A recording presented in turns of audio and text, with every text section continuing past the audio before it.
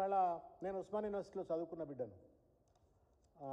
అక్కడే ఎంఏ చదువుకున్నా, ఎంబీఏ చదువుకున్నా, ఎల్ఎల్బి చదువుకున్నా. తర్వాత అక్కడే నేను ఆర్ట్స్ కాలేజ్కు జనరల్ సెక్రటరీగా, last students union general secretary, నేను ఎలక్టెడ్ జనరల్ సెక్రటరీ. అప్పుడు విద్యార్థి పరిషత్లో పనిచేస్తూ elected general secretary. So Osman యూనివర్సిటీకి ముఖ్యమంత్రి పోతున్నాడు అని అంటే కొంత క్యూరియస్గా చూసిన నేను. మేము చదువుకునే రోజుల్లో ఏ పొలిటీషియన్ రానికపోతున్నాం. అప్పుడు మంత్రులు కానీ, ఎంపీలు కానీ, ఎమ్మెల్యేలు కానీ ఎవరిని, no politician should have an entry into politics Osman university అని చెప్పని ఎవరిదన్నా ఏదైనా పార్టీ వాళ్ళు ప్రపోజల్ పెడితే కూడా రానికపోతుంటుంది. సరే అది పక్కకు పెడితే ఇవాళ సీఎం గారు పోతున్నారట అంటే ఈ పెద్ద ఆయన పోతున్నాడు కదా, మరి పెద్ద కుర్చీలో కూర్చుని ఆయన పోతున్నాడు, ఏమైనా పెద్దగా మాట్లాడతాడా, మంచిగా మాట్లాడతాడా ఏంది అని చెప్పని నేను టీవీ కతుక్కొని మొత్తం ప్రసంగాన్ని విన్నా. మళ్ళీ అదే సొల్లు పురాణం అండి. ఇప్పుడు ఈ సావుకు పెళ్ళికి ఒకే మంత్రం చదవటాలను ఏమంటారండి?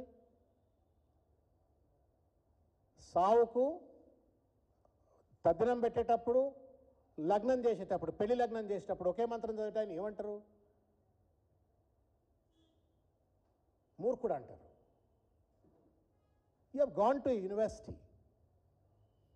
చాలా ఏళ్ల తర్వాత ఒక ముఖ్యమంత్రి పోయిండు అని చెప్పని ఆయన కుమార్ గారు, వైస్ ఛాన్సలర్ గారు చెప్పిండ్రు. నువ్వు అక్కడికి పోయిన తర్వాత first time you are going to any university in the state of Telangana. 20 నెలల తర్వాత మొట్టమొదటిసారి ఒక విశ్వవిద్యాలయానికి పోయినప్పుడు you have to unveil the entire policy, vision, philosophy of the entire higher education. ఉన్నత విద్య పట్ల, యూనివర్సిటీ విద్య పట్ల ఒక విజన్ను ఆవిష్కరించాలా, ఒక మార్గదర్శనం చేయాల్సిన పరిస్థితి ఏర్పడుతుంది. అక్కడ పోయి కూడా పనికిరాని అబద్ధాలు, సొల్లు పురాణాలు, ఇష్టం వచ్చినట్టుగా రేవంత్ రెడ్డి గారు మాట్లాడే ప్రయత్నం చేసినారు. దాంట్లో భాగంగా ఇంకా కొన్ని వ్యక్తిగతంగా కొన్ని కామెంట్స్ చేసినారు. దాని మీద కూడా నేను మాట్లాడతాను. యాదయ్య గురించి, శ్రీకాంత్ గురించి మాట్లాడినారు. ఎక్కడున్నారు సార్ మీరు? యాదయ్య శ్రీకాంత్ పెట్రోల్ పోసుకున్నాడు, యాదయ్య పెట్రోల్ పోసుకొని తగలబడ్డాడు ముచ్చట మాట్లాడినావు. మంచిదే, మన బిడ్డలు కాబట్టి తెలంగాణ గడ్డ మీద ఉన్న మనం అందరం మాట్లాడుకోవాలి. నువ్వు ఏడన్నావు చెప్పా? చంద్రబాబు నాయుడు గారు తెలంగాణ ఎవరైతే యాదయ్య చావుకు కారకులైనటువంటి వాళ్ళు, శ్రీకాంతాచారి చావుకు కారకులైనటువంటి వాళ్ళు, వాళ్ళ చంకన చేరి నువ్వు, వాళ్ళ పంచన చేరి నువ్వు తెలంగాణ ఉద్యమాన్ని గండిగొట్టేటువంటి ఒక శక్తుల్లో భాగమై నువ్వు ఆ గడ్డ మీదకి పోయి తెలంగాణ ఉద్యమం గురించి, ఉద్యమ అమరవీరుల గురించి మాట్లాడుతూ ఉంటే దయ్యాలు వేదాలు వల్లించినట్టున్నాయి అనే ఒక విషయాన్ని నేను వారికి తెలియదలుచుకున్నా. ఇకపోతే భాష అండి, నేను I'm really sorry. Vice chancellor అంటే ఒకసారి ఒక వ్యక్తి వైస్ ఛాన్సలర్ అయితే there is a respect for them. వాళ్ళకు స్టేట్ క్యాబినెట్ మంత్రి కంటే కూడా ఎక్కువ గౌరవం ఉంటుంది. ఉపకులపతి, హానరబుల్ వైస్ ఛాన్సలర్ అంటారు. మీరు మొత్తం ప్రసంగం వినండి మీరు దయచేసి. అంటే రేవంత్ రెడ్డి గారి ఫ్యూడలిజం ఏంది, రేవంత్ రెడ్డి గారి భూస్వామ్య మనస్తత్వం ఏంది, ఆధిపత్య మనస్తత్వం ఏందనేటువంటిది the way he was addressing the vice chancellor. నేను కుమార్ను వైస్ ఛాన్సలర్ చేసిన అంటాడు. కుమార్ ఏమైనా మీ ఊర్లో పాలేరా? Is a scholar, is a great scholar, internationally acclaimed scholar. నేను కుమార్ను నోరు తెరిచి ఒక్కసారన్నా గౌరవనీయ వైస్ ఛాన్సలర్ గారు అనలేదండి. నేను కుమార్ను చేసిన, కుమార్ని ఇది చేసిన, కుమార్ని అది చేసిన. ఇదేం భాష అండి? ఇది ఫ్యూడల్ లాంగ్వేజ్, ఇది భూస్వామ్య లాంగ్వేజ్, ఇది దొరల లాంగ్వేజ్, ఇది this is not a democratic language. ఇది ఆయన గిరిజన బిడ్డ కావచ్చు, but is a vice chancellor. మీ ఊరు పాలేరు కాదు, నీ దగ్గర రైతు కూలీ కాదు, నీ కొడంగల్ వ్యాపార క్షేత్రంలో, వ్యవసాయ క్షేత్రంలో ఆయన అట్లాంటివి. శ్రీహరి ఎడమ బుజ్జు, శ్రీహరి మంత్రి గారు, నీ సహచర మంత్రి, క్యాబినెట్ మంత్రి శ్రీహరి గారు నా సహచర మంత్రి వర్యులు అనడానికే నీకు నోరు రావట్లేదు. మళ్ళీ నువ్వు నీ దొర్రికం చూపెట్టుకుంటా మందిని దొరలు చదువుకొనియరు అది ఇదని సొల్లు మాట్లాడుతూ ఉంటుంది. You are not able to respect your own colleagues. ఒక యూనివర్సిటీ వైస్ ఛాన్సలర్ను గౌరవించే సంప్రదాయం తెలియదు నీకు, నీ తోటి మంత్రులను గౌరవించేటువంటి ఒక సంప్రదాయం తెలియదు నీకు. నువ్వు పెద్ద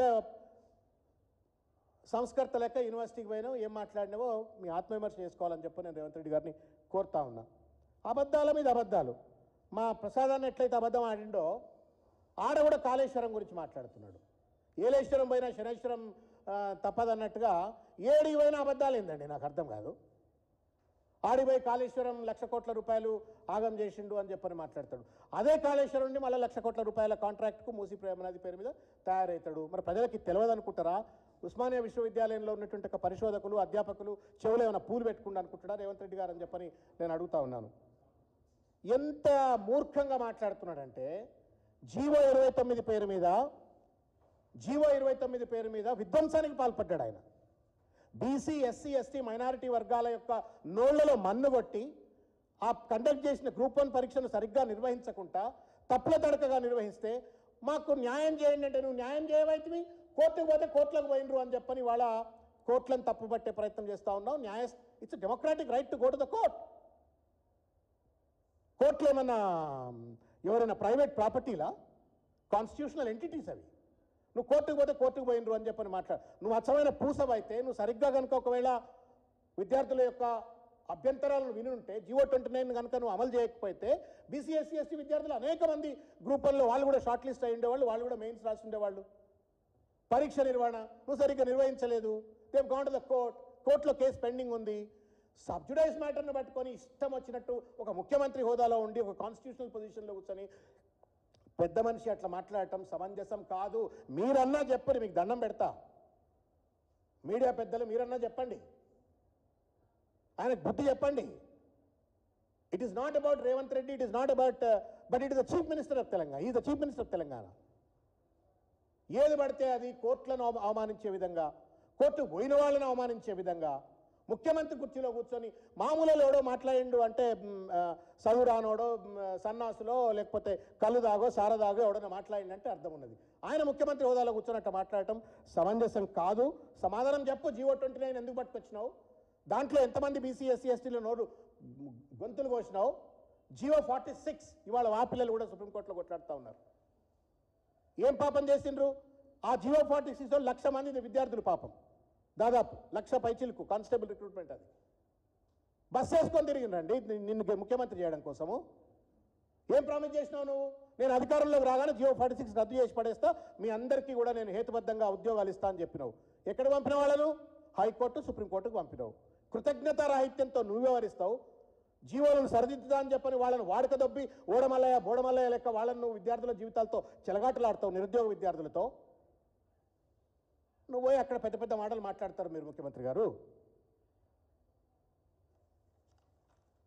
60,000 ఖాళీలు నింపిన అంటాడు. ఇది జోక్ అండి. ఇది మళ్ళా గడ్డం ప్రసాద్ అనే 3,50,000 కోట్లను గడ్డం ప్రసాద్ అన్న 6,00,000 కోట్లు అన్నాడో ఈయన 60,000 ఉద్యోగాలను మాట్లాడుతున్నాడు. గుండె మీద చేయబెట్టుకొని చెప్పాలా?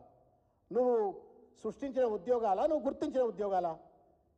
ఏ దొడ్లో కడితేంది నా దొడ్లో ఇంత దాలని చెప్పని నీ మొత్తం నీ లెక్కలు కట్టుకొని ఆ పిల్లలకు తెలుసు కదా, వాళ్లే కదా పాపం నోటిఫికేషన్ రెస్పాండ్ అయింది. యూనివర్సిటీ విద్యార్థులు ఏమైనా ఎడ్డోళ్ళా? నువ్వు ఏది చెప్తే అది డూడు బస్తవనం లెక్క తలకాయ ఊపడానికి కోసం 60,000 ఉద్యోగాలు నింపినా అని చెప్పని ఆయన ఇస్తానన్నటువంటి 1,00,000 ఉద్యోగాలు మొట్టమొదటి సంవత్సరంలో ఇవాళ ప్రజలను మభ్యపెట్టేటువంటి ఒక ప్రయత్నం చేస్తూ ఉన్నాడు. 5,000 టీచర్లు 11,000 టీచర్లు నింపినా అంటాడు. 5,000 టీచర్లు నోటిఫికేషన్ వేసి ఇంత పచ్చబద్దాలు ఆడతారండి? నాకు అర్థం కాదు. నోరిప్పితే అబద్ధాలు నవ్వుతారని కూడా ఇంగితం లేకపోతే సోయి లేకపోతే ఎట్లా? Confident liar. ఎదుటోడికి నన్ను తప్పు పట్టరా అనేటువంటి ఆలోచన కూడా లేదు.